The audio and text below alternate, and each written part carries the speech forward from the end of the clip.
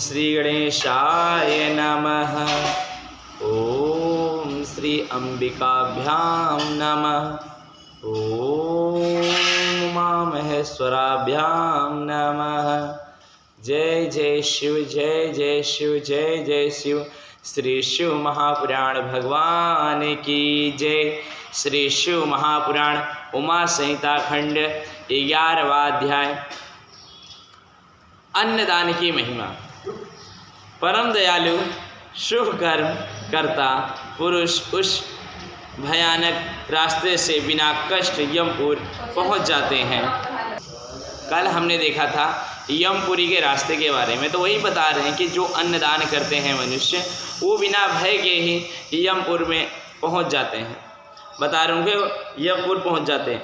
ब्राह्मणों को जूते, खड़ाऊं आदि पहनाने वाले पुरुष घोड़े पर सवार होकर यमपुर की यात्रा करते हैं, ऐसा मुनिवर बता रहे हैं। फिर कहते हैं छाते के दानी छाता ताने, शैया पर आसन दान करता, विश्राम करते करते बगीचे वृक्ष आदि लगने वाले वृक्षों की छाया के सहारे होते हुए यमपुर पहुंच जाते। जो अपने जीवन में छाते का दान दिया करते हैं वो यमपुर पहुंचने में छायेदार वृक्ष होते हैं। फिर बताते फूलों की वाटिका लगाने वाले पुरुष पुष्प के विमान में बैठ कर जाते हैं। जो वाटिका लगाते, फूल लगाते हैं शिवालय में, मंदिर के बाजू में, वो जब जाते हैं यमपुर, उनकी मृत्यु होती है तो वन के फूल का विमान आता है, उस पर सवार होकर यमपुर में जाते हैं। देव मंदिर, सन्यासी मठ, निर्धनों के घर बनाकर देने वाले पुष्पों की सुंदर भवन विश्राम के लिए मिलते हैं। जो मंदिरों में, मठ को या तो किसी गरीब का घर बनवाते हैं, ऐसे का जब मृत्यु होती है तो उनको वन का मस्त सुंदर सा घर बनाकर दिया जाता है। देव, अग्नि, गुरु, ब्राह्मण, माता पिता आदि की सेवा सत्कार करने वाले पुरुषों का आदर होता है। दीप जलाकर दूसरों को प्रकाश देने वाले जन प्रकाश पाकर निरोगता पूर्वक सुख से विचरण करते हैं। गुरु सेवक विश्राम पूर्वक होकर दीन, गरीब एवं ब्राह्मणों को दान देने वाले अपने घर जैसे सुख भोगते हुए यमलोक का रास्ता तय करते हैं। जो इतने खतरनाक रास्ते आए थे वो सब अभी यहाँ पे इतने सुगम होते जा रहे, जो ये छोटे कार्यों को करते हैं। बताते हैं अन्न जल दाता अन्न जल पाते हैं। जो अन्न या जल का कभी भी दान किया करते उनको अन्न जल प्राप्त होता है उस यमपुर के कठिन रास्ते पर जाते हुए भी। ब्राह्मणों के चरण धोकर जल सिंचित मार्ग से जाते हैं। ब्राह्मणों के चरणों की मालिश करने वाले घोड़ों पर सवार होकर जाते हैं। ऐसे पुरुष को यमराज फटकार नहीं सकते। स्वर्ण, रत्न आदि के दान से पुरुष बड़े बड़े किले पार कर जाते हैं। चांदी आदि के दान से तो सुख पूर्वक गमन करते हैं। स्वर्ण तथा रजत दान दोनों स्वर्ग के सुखदायक हैं। अन्न तो सब दानों में उत्तम दान है। यही दान प्राणियों को उत्पन्न करता, प्राणियों में उत्साह, प्रसन्नता, बाल, बुद्धि, रुधिर, मांस, चर्बी, वीर्य आदि वर्धक है। अन्न न मिलने पर अनेकों प्रकार के सुख, चैन, वैभव, विलास आदि मनुष्यों को जीवित नहीं रख सकते। इन्हीं कारण अन्नदान करने वाले सभी सुख पाते हैं। दान से दिए अन्न खाने से शरीर पुष्ट होता है, उस शरीर से धर्म होता है, उस धर्म का आधा भाग अन्नदाता को मिलता है। शरीर ही तो धर्म है, काम मोक्ष साधक है। अन्न इस शरीर की पुष्टि के लिए अन्न सबसे उत्तम होता है। तो यह संसार पर ही कायम है। अन्न बल एवं प्राण है, अतः अपने खर्च से थोड़ा थोड़ा बचाकर भिखारियों को अन्न देना कल्याणदायक है। इस लोक के ऊपर लोग ने चाहने की इच्छा से घर पर आए अतिथि यो का यथाशक्ति अन्न द्वारा सत्कार करना अति उत्तम है। यह अन्नदान श्रेष्ठ फलदायक फलदार वृक्ष है। अन्नदाता को स्वर्ग में सुख रूप फल प्राप्त होते हैं एवं स्वर्ग में आनंद स्वरूप ब्राह्मण बनते हैं। फिर 12वें अध्याय में बताते हैं जलदान का महत्व। बताते हैं जल दान उत्तम दान है। जल सब प्राणियों का जीवन एवं संतुष्टि कारक है। कुआं खोदने वाले मनुष्यों का आधा पाप नष्ट हो जाता है। जो कुआं खोदते हैं बताते हैं ऐसे मनुष्यों का आधा पाप स्वतः ही नष्ट हो जाता है। जिस पुरुष के बनवाए तालाब का पानी गौ ब्राह्मण साधु महात्मा पीते हैं उसकी तो सारी वंशावली का उद्धार हो जाता है। जिस तालाब का जल गर्मियों में भी नहीं सूखा जाता उसके बनवाने वाले कभी दुखी नहीं होते। देव दानव गंधर्व नाग चर अचर सभी प्राणी जल के आश्रित हुआ करते हैं।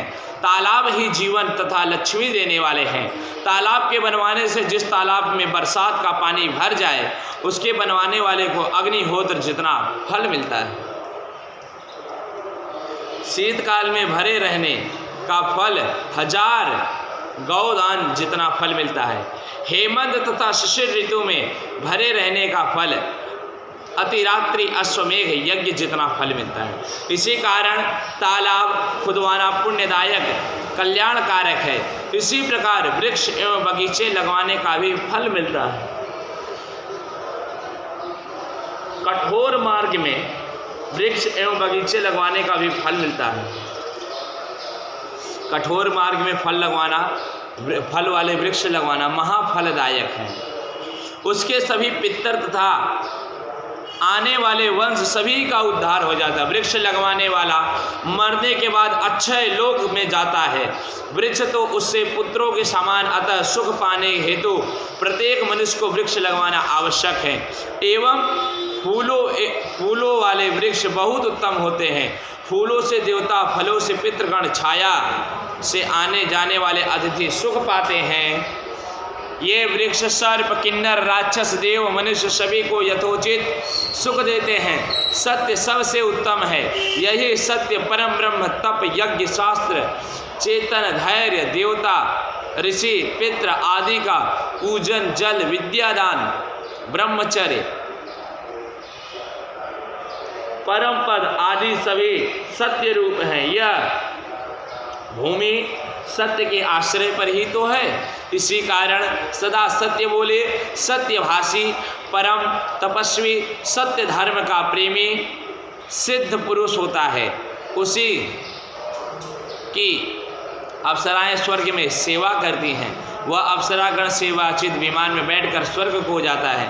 यदि वेद शास्त्रों के जानने वाला यज्ञ आदियों से परिपूर्ण भी हो किंतु असत्यभाषी हो तो उसके सभी काम व्यर्थ हो जाते हैं। अतः सत्य भाषण ही सर्व फलदायक है। तप भी सबसे महान एवं श्रेष्ठ फलदायक है। तपस्वी जन देवताओं के साथ सुख पाते हैं। तपस्या द्वारा स्वर्ग यश मुक्ति कामना ज्ञान विज्ञान संपत्ति सौभाग्य रूप आदि और इनसे अधिक पदार्थ ज्ञान होते हैं। मन के मनोरथ सदा पूर्ण होते हैं। तपस्या के बिना ब्रह्मलोक तथा शिव लोक आदि किसी की भी प्राप्ति नहीं होती। तप द्वारा मदपान ब्रह्म हत्या गुरु पत्नी से भोग आदि महापापों से मुक्ति हो जाती है। तप सारे विश्व को सुख देता है।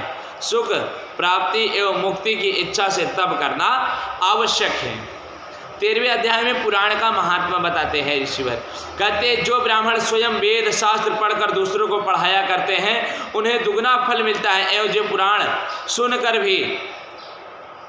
सुनकर सभी को नरकों की कथाएं से सावधान करते हैं वे ही जन पुराण के ज्ञाता हैं। नरकों में गिरने से रक्षा करने वाले ही पात्र कहे जाते हैं। पुराण के ज्ञाता धर्मोपदेश ब्रह्मा विष्णु शंकर के समान सब श्रेष्ठ गुरु होते हैं।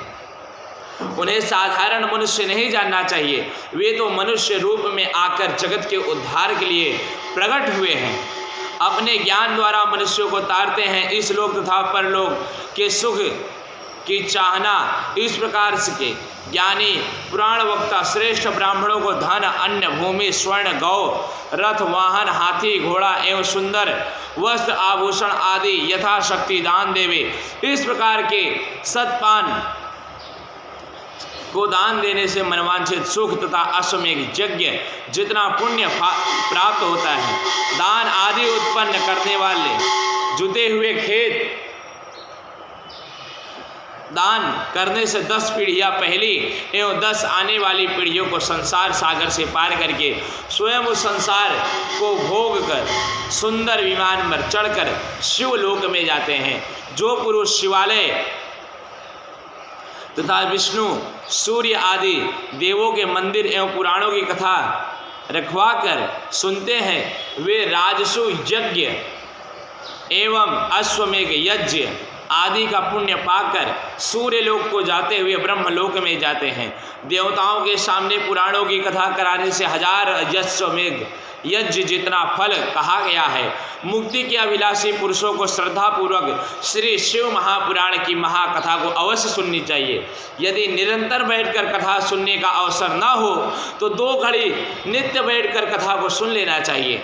यदि ऐसा भी ना हो सके तो महीने में 1 आध बार शिव पुराण को अवश्य सुनना लेना चाहिए, थोड़ा बहुत। इससे कर्म के सभी बंधनों से मुक्ति हो जाती है और जब तक ज्ञान प्राप्त ना हो तब तक निरंतर योग शास्त्रों का अध्ययन, पुराण श्रवण आदि करते रहें।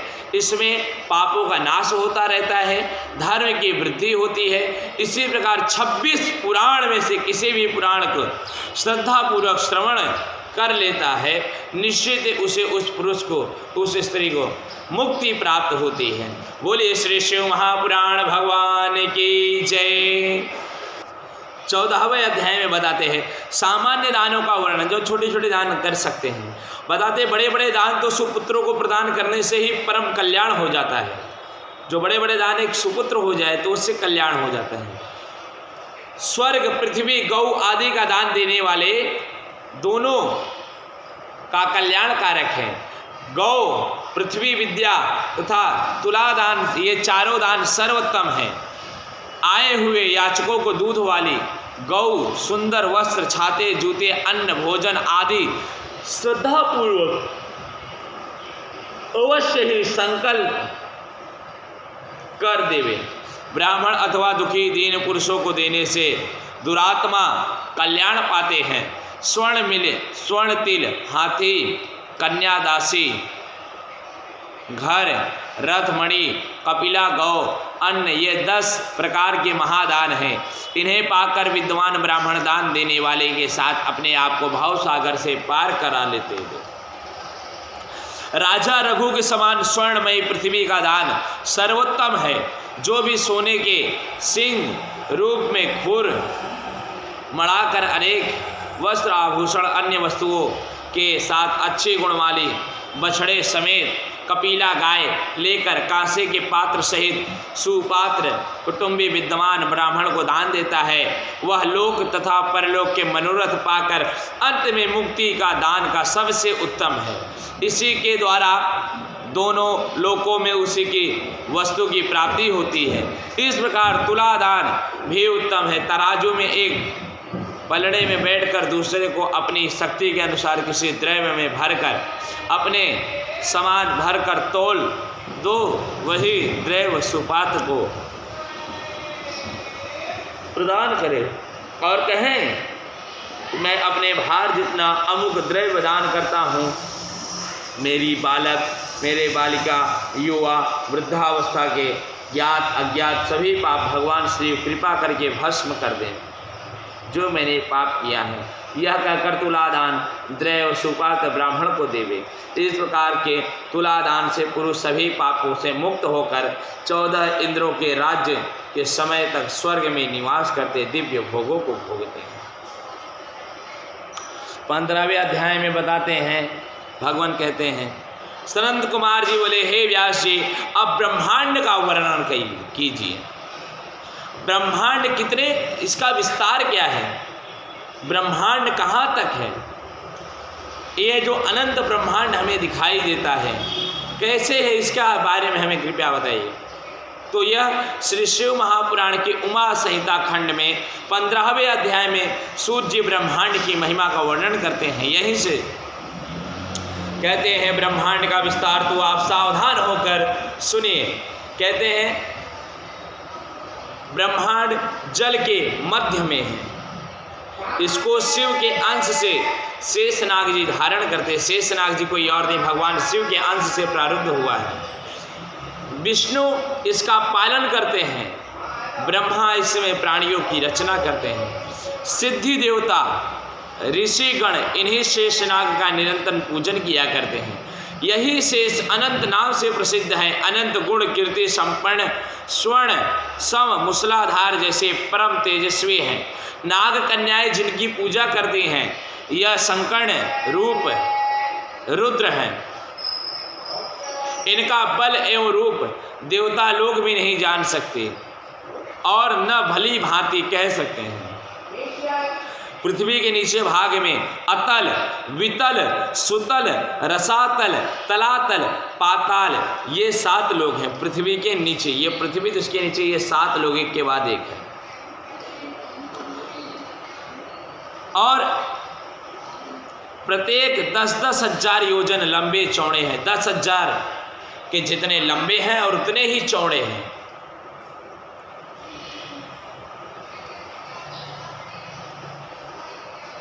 तथा 20-20 हजार योजन ऊंचे। इन सब के रत्न स्वर्ण की पृथ्वी एवं आंगन है। स्वर्ण से रत्न से इनकी पृथ्वी के आंगन है। दैत्य महानाग यहाँ रहा करते हैं। सूर्य चंद्रमा का प्रकाश, घाम, सर्दी आदि कुछ भी नहीं व्यापती। अमूल्य मणियों का प्रकाश है। सभी प्रकार के सुख यहाँ विद्यमान है। कमलों वाले निर्मल जल के तालाब हैं, जिनमें सदा भंवरे गुंजार करते हैं। नदियाँ जलाशय भी रहती हैं। और भी सुंदर आभूषण, सुगंधित उबटन, वेणु, मृदंग, अप्सराएं, गायन, नृत्य, देव दानवों की कन्याएं, अद्भुत वैभव विलास आदि सभी विद्यमान हैं। पाताल लोगों को तो सिद्ध दानव, मनुष्य, नाग आदि परम तप करके ही भोगते हैं। 16वें अध्याय में बताते हैं, इन्हीं लोगों से ऊंचे हिस्से में रौरव, शंकर, शुकर, महाज्वाला, तपकुंड, लवण, विलोहित, वैतरणी नदी, कृत्रिम, कृमि भोजन, कठिन, असिम्प, वन, बालाभक्ष, दारुण, संदेह, कालसूत्र, महारौरव, शाम, मलिक आदि बहुत से दुखदायक नरक हैं। इसके ऊपर नरक बताए गए हैं पृथ्वी के ऊपर। यहाँ आकर पापात्मा अनेक यातनाएं पाते हैं। जो भी ब्राह्मण को गौ देवता उनको छोड़कर अन्य किसी अर्थ में असत्य भाषण करता है, वह रौरव नरक में पड़ता है। गर्भपाती बालक, हत्यारा होने का चोर तथा सोना छीनने वाला, गौ रोकने वाला, धोखा करने वाला, विश्वासघाती, शराबी, ब्राह्मण, हत्या करने वाला, पराये धन को चुराने वाले एवं लोगों के साथ गुरु हत्या इत्यादि पाप कुंभी नरक में पड़ते हैं।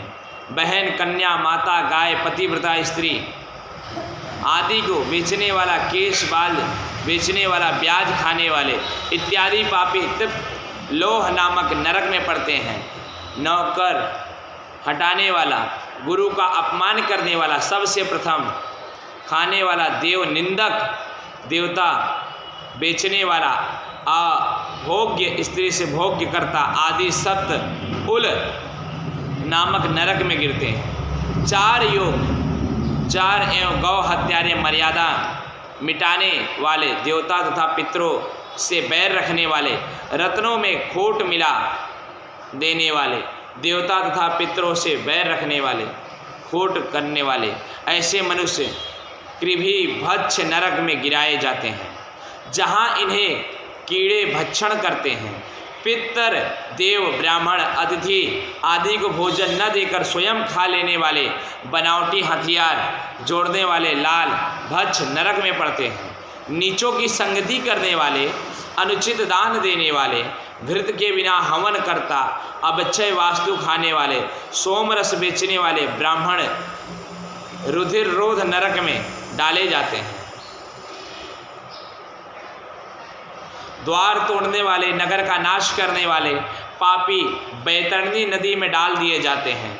युवावस्था में मद में चूर चूर होकर मर्यादा कुल रीति मिटा देने वाले, स्त्री की कमाई खाने वाले पापी जन कृत्य नरक में पड़ते हैं। बिना मतलब के वृक्ष को काटने वाले 80 पन्न वन नामक नरक में पड़ते हैं। छूर, भ्रक मृगों का शिकार करने वाले शिकारी तथा अपना धर्म आचार त्याग देने वाले ब्राह्मण, क्षत्रिय, वैश्य आदि वह ज्वाला नरक में जाते हैं। आग लगने वाले शस्त्रपाक नरक में, पतिव्रत नष्ट करने आश्रम से भिन्न होकर रहने वाले संदेश नरक में पड़ते हैं।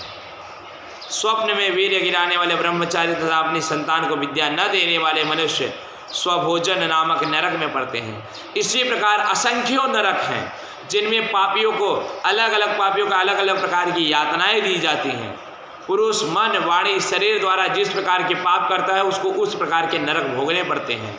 स्वयंभू मुनि कहते हैं बड़े बड़े प्रायश्चितों द्वारा छोटे छोटे पाप प्रायश्चितों द्वारा निवृत्त किए जाते हैं।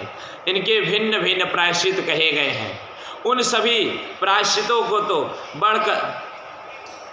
से तो बढ़कर भगवान शिव का नाम स्मरण करने से सभी उत्तम प्रायश्चित और कोई भी नहीं है। भगवान शिव का ध्यान कर लेने सभी पाप मिट जाते हैं। पाप, पुण्य, नरक, स्वर्ग के कारण रूप हैं। पाप दुख देते हैं, पुण्य सुख देते हैं, किंतु पाप भी सुख दिखाकर दुख में डाल देते हैं। इन्हीं कारण सच्चा सुखदाता संसार में कुछ भी नहीं। सुख दुख सभी मन की कल्पना है। सबसे विशेष ज्ञान ब्रह्म को पहचानने में ज्ञान ही सागर है। बोलिए श्री शिव महापुराण भगवान की जय। 17वें अध्याय में जम्मू द्वीप, ऐसे द्वीपों का वर्णन आया है। सनंद कुमार जी बोले, हे व्यास जी, अब मैं सप्त द्वीपों के साथ भूमंडल का विस्तार सुनना चाहता हूँ, आप ध्यान से बताइए भगवान। भगवान ने कहा, हे सनंद कुमार जी, सावधान होकर सुनिए। जम्मू, प्लक्षु, सामलसी कुछ, क्रोच, शाक, पुष्कर, ये 7 महाद्वीप हैं। इनके चारों ओर 7 समुद्र लहरा रहे हैं। एक क्रमशः क्षीर जल, एक केसर, मद, घृत, दूध, दही एवं मधुर से पूर्ण है। जम्मू द्वीप तथा प्लच आदि 6 द्वीपों में मध्य में है। इसके मध्य जम्मू द्वीप तथा प्लस आदि 6 द्वीपों के मध्य में है। इसके मध्य स्वर्ण का सुमेरु पर्वत है। यह पर्वत 64 कोस नीचे तक चला गया है और 336 कोस तक ऊंचा है। 128 कोस शिखरों का विस्तार है और नीचे मूल में 64,000 कोस का विस्तार है। इसके दक्षिण की ओर निषद, हिमाचल, हेमकूट नाम पर 3 पर्वत हैं। ये सभी पर्वत 40-40 हजार कोस के विस्तार में 40,000 कोस ऊंचे भी हैं। 40,000 के कोस के विस्तार वाला भारतवर्ष है कि पुरुष एवं मरु के दक्षिण में हरिवर्ष है, उत्तर में रम्यक है, उसके पास हिरण्यमय है, उधर की ओर भारत के समान कुंवर देश है। ये सभी 9-9 हजार योजन के प्रमाण में है। उनके मध्य में इलावृत है, उसके मध्य में मेरु पर्वत 9 सहस्त्र योजन अर्थात 36,000 कोस ऊंचा स्थित है। इसके पूर्व में मंदिर, दक्षिण में गंधमादन, पश्चिम में विपुल एवं उत्तर में सुपार्श्व। ये चारों पर्वत शिखरों की भांति इलावृत के साथ मेरु में मिलते हैं। इनके ऊपर कदम, जामुन, पीपल, बड़ आदि वृक्ष पर्वतों की ध्वजा के समान 1100 योजन अर्थात 4100 कोस के विस्तार में है।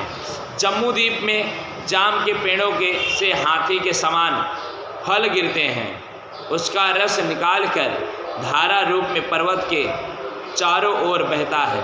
वही जम्मू नदी कहलाती है। जहाँ के निवासी वही जल पिया करते हैं। मेरु के पूर्व में भद्राशव, पश्चिम में केतुमाल देश है। इन दोनों के मध्य इलावृत देश है।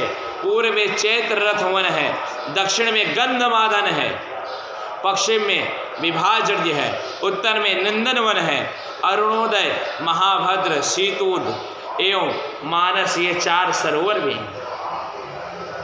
मेरु से पूर्व में शीतलाजन, कुरुंग, कुरत तथा माल्यवान पर्वत है।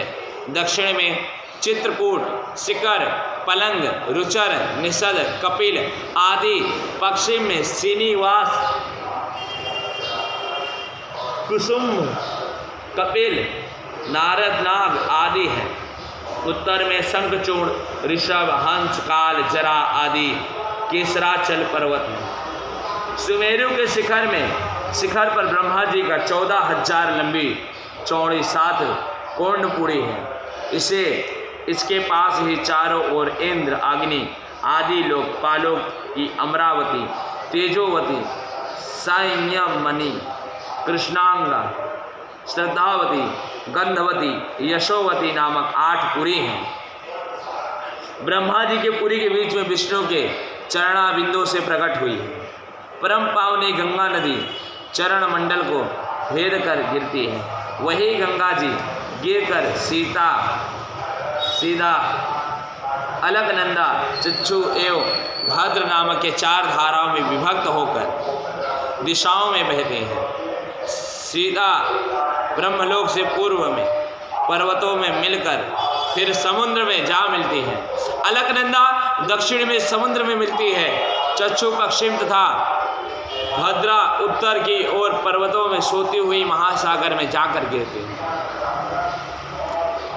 सुनील, निपद, माल्यवान, गंधमादन ये 4 पर्वत सुमेरु पर्वत के तरफ कालिकों की भांति खड़े हैं एवं लोक पदम, भारत, केतुमाल, भद्राशर, कुवशर, मर्यादा लोक पर्वत पत्तों की भांति खड़े हैं। दक्षिण एवं उत्तर के विस्तार में देवकूट, मध्य पर्वत मध्य तथा पूर्व पश्चिम की तरफ गंधमादन, कैलाश कली भांति स्थित है। यहाँ पर केवल धर्मात्मा पुरुष ही जाकर रहते, पापी नहीं जा सकते। किमो पुरुष आदि 8 देशों में निवास करने वाले सभी पुरुषों को रोग, शोक, भूख आदि कुछ व्याकुल नहीं कर सकते। वे सभी निरोगी, निशंक होकर सभी कष्टों मुक्त से सतयुग, त्रेता के 12,000 वर्ष की आयु वाले होते हैं। 18वें पुराण में 18वें अध्याय में 7 द्वीपों का पुनः वर्णन है। जम्मू द्वीप या भारतवर्ष है। हिमाचल के दक्षिण की ओर समुद्र से उत्तर की तरफ 9,000 योजन का प्रमाण है। इसे भूमि कर्म कहते हैं। यहाँ बुरे भले अपने कर्मों के अनुसार मनुष्य नरक की व स्वर्ग फल पाते हैं। उस भारतवर्ष में 9 खंड है। इंद्रप्रदुन, केशुरु, त्राम्बवर्ण, गविस्तमान नाग, द्वीप, सौम्य, गंधर्व, वारुण, ये 8 खंड हैं। इनके अतिरिक्त सागर से निकले हुए हजारों योजन तक दक्षिण उत्तर की ओर विस्तार वाला नवम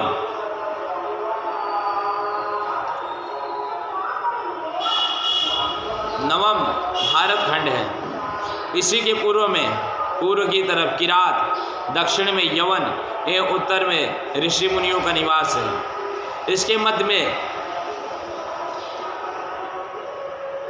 ब्राह्मण, क्षत्रिय, वैश्य, शूद्र वर्ण के लोग रहते हैं, जो युद्ध में कुशल, व्यापार, सेवा आदि में चतुर।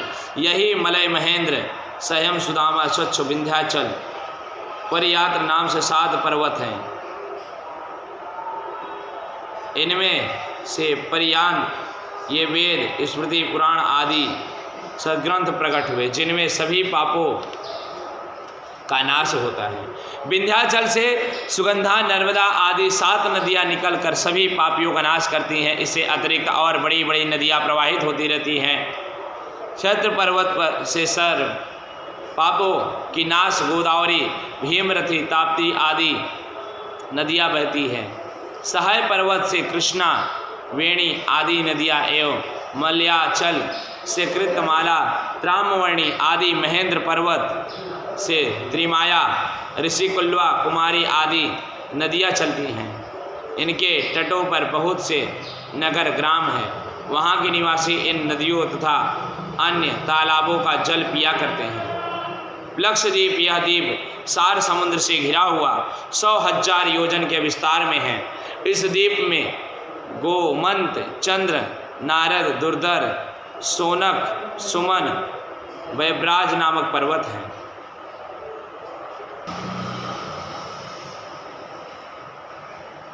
यहाँ के मनोहर पर्वतों के मध्य में चारों ओर देवता, गंधर्व एवं अन्य भी ब्राह्मण, क्षत्रिय, वैश्य आदि जातियां निवास करती हैं। यह देश सदा त्रेता युग के समान प्रभाव रखता है। यहाँ की प्रजा उपरोक्त नदियों का जल पीती है। इसी द्वीप में सब लोगों के हित के लिए सदा शिव का ब्रह्मा विष्णु आदि देवता वेद मंत्र द्वारा पूजन किया करते हैं। शामली द्वीप, यह द्वीप लक्ष्य से दुगना माना गया है। इसे मदिरा का सागर लपेटे हुए है। इसके मध्य में शेमल का बड़ा सा वृक्ष है, इसी कारण इसका नाम शामली। यहाँ श्वेत, हरित, जी, मूत्र, रोहित, वैकल,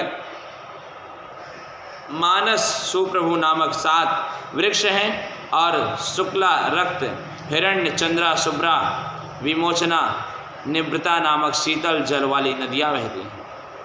कुशद्वीप, मदिरा सागर ये 12 इससे दोगुना घृत समुद्र से घिरा हुआ कुश समूह से संयुक्त यह द्वीप है। यहाँ कुशेश, हरि, ऋतिमान, पुष्पमान, मणि, ध्रुग, हेमशैल एवं मद्राचल ये 7 पर्वत हैं तथा गुतिमान, शिवा, पवित्रा, समिति, विद्या, दंभा, यही महानदी आदि। इनके अतिरिक्त सोने के समान बालू वाली निर्मल जला अन्य भी हजारों नदियां हैं। मानव, दानव, दैत्य, देवता, गंधर्व, यक्ष, किन्नर, पुरुष आदि अपने अपने काम में लगे हुए ब्रह्मा, विष्णु एवं शिव जी का पूजन करते हैं। क्रोंच द्वीप, घृतोद समुद्र से पार, इससे भी दुगना विस्तार युक्त दधी समुद्र से घिरा हुआ यह द्वीप है। यहाँ पर क्रोंच, वामन, अनंस, कारक, दिवावृति, मन, पुंडरीक, दुदुम्बी नामक पर्वत है। गौरी, कुंभतिथि, संध्या, रात्रि, मनोज्वा, शांति, पुंडरीक नामक 7 महानदियाँ तथा और भी स्वजला हजारों नदियाँ चला करती हैं। साग द्वीप, दधी समुद्र से बाहर इसके द्विगुण विस्तार वाले दुग्ध सागर से घिरा हुआ साग द्वीप है। यहाँ साग का बड़ा वृक्ष है। उदयाचल, अस्ताचल, जलाधार, अविवेक, केसरी आदि पर्वत हैं। सुकुमारी, नलिनी, वेणु, इच्छु, रेणुका, गंभिस्ती नामक महानदियाँ तथा अन्य छोटी बड़ी हजारों नदियाँ तथा छोटे बड़े और भी अनेकों पर्वत हैं। यहाँ के रमणीक स्थलों में चारों वर्ण रहते हैं। स्वर्गवासी लोग यहाँ भी आकर भ्रमण करते रहते हैं। पुष्कर द्वीप, शीर समुद्र से बाहर, इससे दुगने प्रमाण के मधुर जल वाले सागर से यहाँ घिरा रहता है। इसका मध्य प्रदेश 5000 योजन की ऊंचाई एवं 5 लाख योजन की गोलाई का विस्तार रहता है। यहाँ मानस नामक पर्वत है। यहाँ जरा, बुढ़ापा, रोग, शोक, राग, द्वेष, अधर्म, मृत्यु, बंधन आदि कुछ भी नहीं व्याप्त है। यहाँ के निवासी सत्यवक्ता 10,000 वर्ष की आयु वाले सोने के समान दमकते हुए सुख आनंद में रहते हैं। और इसी द्वीप में महावीत नामक खंड में प्रजापति ब्रह्म रहते हैं। देव, दानव आदि सदा इनको पूजते हैं। इसी द्वीप के रहने वाले को समयानुसार स्वयं ही भोजन मिल जाता है। इसके लिए इन्हें परिश्रम नहीं करना पड़ता। इसके आगे मनुष्यों के रहने योग्य कोई लोक नहीं, जहाँ कोई भी प्राणी नहीं जा सकता। इस प्रकार सोने की पृथ्वी है। 19वें अध्याय में बताते हैं, जिस पृथ्वी के भाग में सूर्य चंद्रमा प्रकाश पड़ता है वह भूलोक कहलाता है। इस भूमि में से लाख योजन ऊपर हजारों योजन के विस्तार वाला सूर्य मंडल है। इससे लाख योजन ऊपर चंद्रमंडल है। चंद्रमंडल से 10,000 योजन के ऊपर नक्षत्रों तथा ग्रहों के मंडल, 1 लाख के ऊपर 7 ऋषि और उनमें भी 1 लाख योजन के ऊपर ध्रुव मंडल है। पृथ्वी से ऊंचा ध्रुव मंडल और ध्रुव मंडल से 1 करोड़ नीचे भू, भव, भू, भूः, स्वः ये 3 लोक हैं। इनके मध्य में कल्प निवासी ऋषि हैं। ध्रुव से ऊपर महलोक, यहाँ पर सनक, सनंदन, सनातन, कपिल, आसुरी, ओढ़ू, पंचसिक 7 ब्रह्म के पुत्र निवास करते हैं। इनमें 2 लाख योजन ऊपर सुख, इनसे नीचे 2 लाख योजन दूर बुध, बुध से ऊंचे 10 लाख योजन पर मंगल, वहाँ से 2 लाख योजन बृहस्पति, यहाँ से भी 2 लाख योजन ऊपर शनिश्चर मंडल है। ये सभी ग्रह अपनी राशियों पर आरूढ़ रहा करते हैं। इन ग्रहों के ऊपर 11 लाख योजन की दूरी पर 7 ऋषि रहते हैं। वहाँ से ऊपर 13 लाख योजन दूर ध्रुव निवास है। जनलोक से 26 लाख में सत्यवादी, धर्मात्मा एवं ज्ञानी ब्रह्मज्ञानी रहा करते हैं। भूलोक में मुनि, देवता, सिद्धि आदि, स्वर्गलोक में आदित्य, पवन, वसु, अश्वनी कुमार, विश्वदेव, रुद्र, साध, नाग पंचमी, 9 ग्रह निष्पाप ऋषिगण रहते हैं। इस प्रकार ब्रह्मांड चारों तरफ से अंड कट्टाट से घिरा हुआ है। जल तथा उससे भी 10 गुना अग्नि, पवन, आकाश, अंधकार आदि से घिरा हुआ, इससे भी ऊपर दुगुना महाभूतों का लपेटा है। इसके बाद इस ब्रह्मांड को प्रधान तथा महातत्वों से लपेटकर परम पुरुष विद्यमान है। परम ब्रह्म के गुण असंख्य नाम आदि, परम ब्रह्म के गुण संख्या नाम आदि परिणाम से रहित है। यही परम ब्रह्म परमात्मा है। तिलों में एवं तेल एवं दूध में घृत के समान ब्रह्मांड के मध्य व्यापक हैं। यह आदि बीज रूप हैं। इन्हीं से अन्य अंडज पैदा होते हैं। इन अंडजों से पुत्र एवं अन्य वस्तुओं के बीज पैदा होते हैं। जब शिव एवं शक्ति का मिलाप होता है तभी सब देवता प्रकट होते हैं। प्रधान महत्व आदि से मनुष्य सृष्टि होती है। शिव शक्ति से उत्पन्न ब्रह्मांड प्रलय में शिव शक्ति में ही लय होती है। ब्रह्मलोक से आगे वैकुंठ जी रहते हैं। इसके बाद ही अति अद्भुत कौमार नामक लोक है। इसमें शिवपुत्र भगवान स्कंद, इसके बाद उमा लोक है जिसमें ब्रह्मा तथा विष्णु को प्रकट करने वाली जगत जननी आदि शक्ति महामाया जगदम्बा का निवास है। इसके आगे अक्षय शिवलोक है जिसमें 3 देवताओं को जन्म देने वाले परम ब्रह्म, परम पिता, परमात्मा भगवान सदा शाम्ब शिव का विराजमान है। इस लोक में के पास गौलोक, जिसमें इस लोक के पास गौलोक है जिसमें सुशीला नामक गौ तथा उसकी सेवा करने के लिए शिव आज्ञा से कृष्ण निवास करते हैं। यहाँ अपनी इच्छा अनुसार विहार प्राणायाम स्वतंत्र स्वयं शक्ति ने रचा है। 20वें अध्याय में बताते हैं, वेद व्यास से पूछा सनंद कुमार जी, शिव भक्त कर्ता महात्मा किस लोक में जाते हैं जहाँ फिर उनका आवागमन नहीं होता? अब उस लोक को भली भांति वर्णन करें। श्री सनंद कुमार जी बोले, व्यास जी, यदि शंकर की कृपा से अभिष्ट हो तो तप करना सर्वोत्तम है। बिना तपस्या शिवलोक प्राप्ति कठिन है। तपस्या करके परम पवित्र साधन है जिसे देखकर स्वर्ग के देवता, ऋषि, मुनि सब प्रसन्न होते हैं। ब्रह्मा, विष्णु, हरि भी तपस्या करते हैं। सभी देवी देवताओं के तप द्वारा सिद्धियां प्राप्त की हैं। उनकी अभिलाषा इसी लोक में तपस्या द्वारा पूर्ण की जाती है। सात्विक, राक्षस, तामस 3 प्रकार का तप होता है। सभी साधनों असाधन है। सात्विक तप देवता, सन्यासी और ब्रह्मचारियों के अर्थ है। दूसरा राजन, दानव, मानव के अर्थ। तामस तप तो राक्षस एवं पापात्माओं के अर्थ है। जिस तप को फल की इच्छा न करके किया जाए वह लोक एवं परलोक में सभी मनोरथ को पूर्ण सात्विक तप है। किसी कामना को धार कर किया हुआ तप राजस और किसी कामना की सिद्धि हेतु अपना शरीर सुखाकर कष्ट सहते हुए क्रिया की जाए तो वह तामस है। सबसे सात्विक तप श्रेष्ठ है। ऐसे मानकर धर्म में अचल बुद्धि त्याग कर हिंसा रहित होकर परम पवित्र होकर पूजन, जप, हवन, उपवास, आचार, विचार, मौन, इंद्रिय निग्रह आदि करके ही तप करना उचित है। बावड़ी, कुआं, तालाब, मकान, धर्मशाला, स्कूल आदि बनवाना यज्ञ तीर्थों में बसाए मनुष्यों के परम सुखदायक भगवान शंकर की भक्ति के लिए शुभ मार्ग है। मेष संक्रांति, तुला संक्रांति के दिन एकांत में स्थिर होकर रेचक, पूरक, कुंभक 3 प्रकार के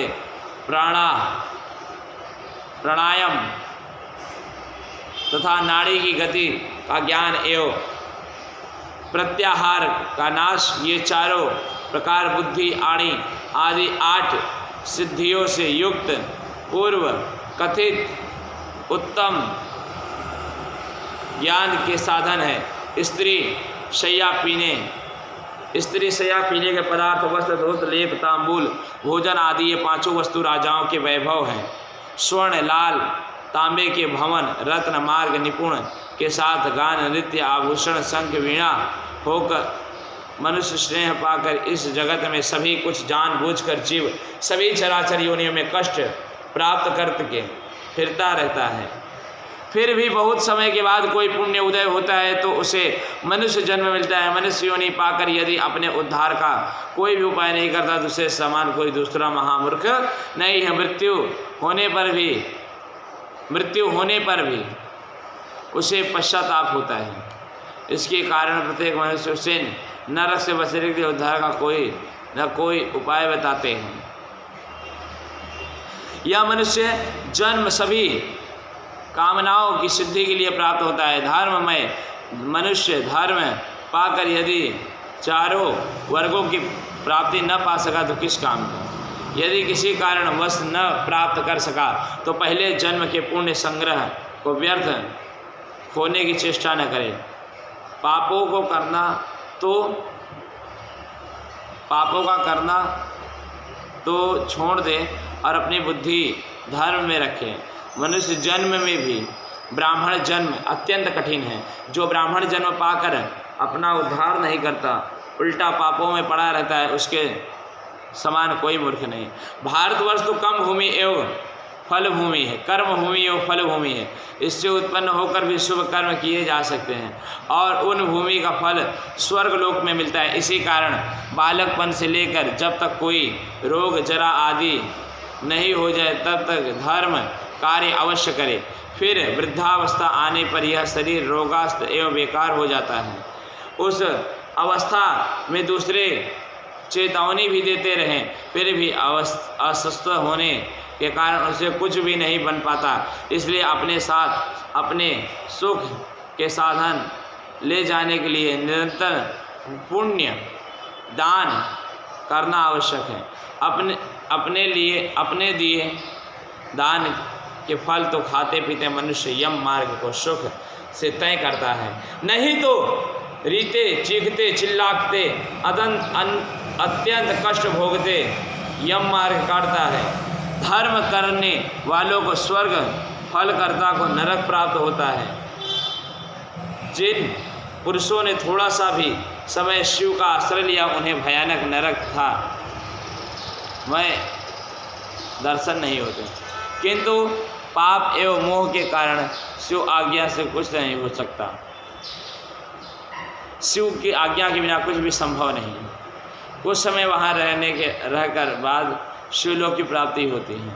जो लोग सब प्रकार से शिव पुराण शिव शरण में हैं वे कमल जल की भांति पापों से भिन्न रहते हैं। इन्हीं कारण सब प्रकार के भय छुड़ाने वाले का एक ही नाम है, वह नाम है शिव। नाम सदा जपते रहिए। बोले श्री शिव महापुराण भगवान की जय, श्री भवानी शंकर की जय। ओम नमः शिवाय। श्री शिव महापुराण उमा संहिता खंड पूर्ण 20 अध्याय पूर्ण पद। ओम नमः शिवाय।